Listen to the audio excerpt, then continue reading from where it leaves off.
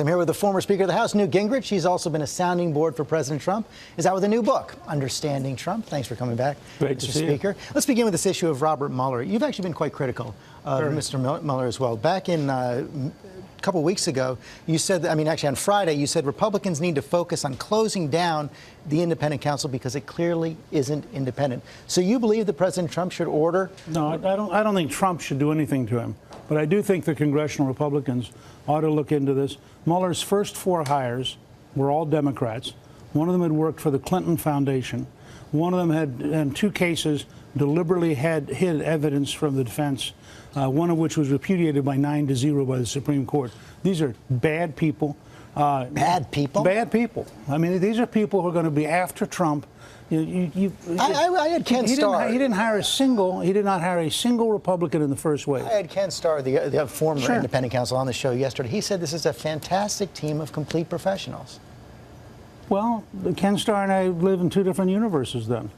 I think when the first 4 people you hire all donated to the Democrats and to Hillary, when in one case they were basically reprimanded by the Supreme Court for hiding evidence in a case which cost 85,000 people their jobs.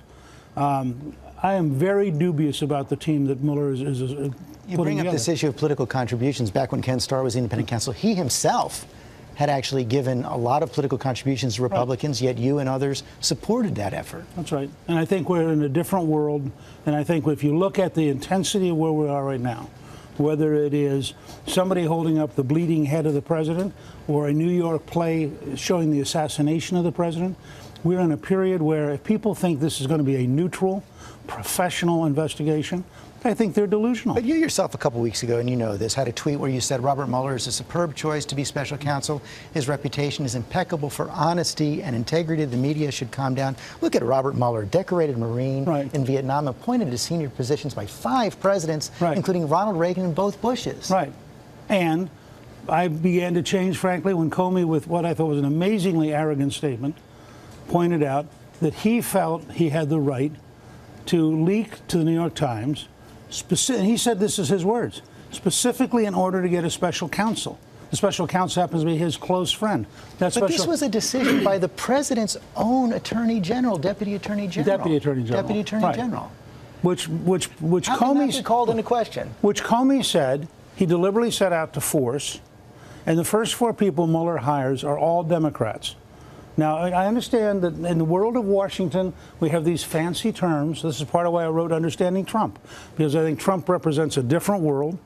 I think the establishment has been traumatized by Trump's victory. And I think things go on right now that are unthinkable. Again, I'm operating, it doesn't seem to affect the news media. I'm operating in a world where somebody can hold up the bleeding head of the president, somebody can assassinate the president in a play, and people go, oh, well, that's just politics. Neither one of those are Robert Mueller. No, but they set the tone. 97% of the political contributions in the Justice Department went to Hillary Clinton. Now, if I'm looking at a culture where 97% of the donations went to Clinton, do I think maybe that culture might be biased? So you're just saying, basically, if that's your point, you're saying that anybody that is appointed by the Justice Department cannot investigate the president. Comey appointed Fitzpatrick back when Comey was Assistant Attorney General, and Comey knew at the time that there was no crime involved, and he knew who had leaked. This is an obscure case, except that case then let Fitzpatrick for a year during the Bush re-election cause trouble. I'm just telling you, here's what's going to happen. They're going to go out, and then they're not going to get Trump. They're just going to annoy him. But they're going to find some poor person exactly like Scooter Libby, who was Cheney's deputy. If the president did nothing wrong, what does he have to worry about?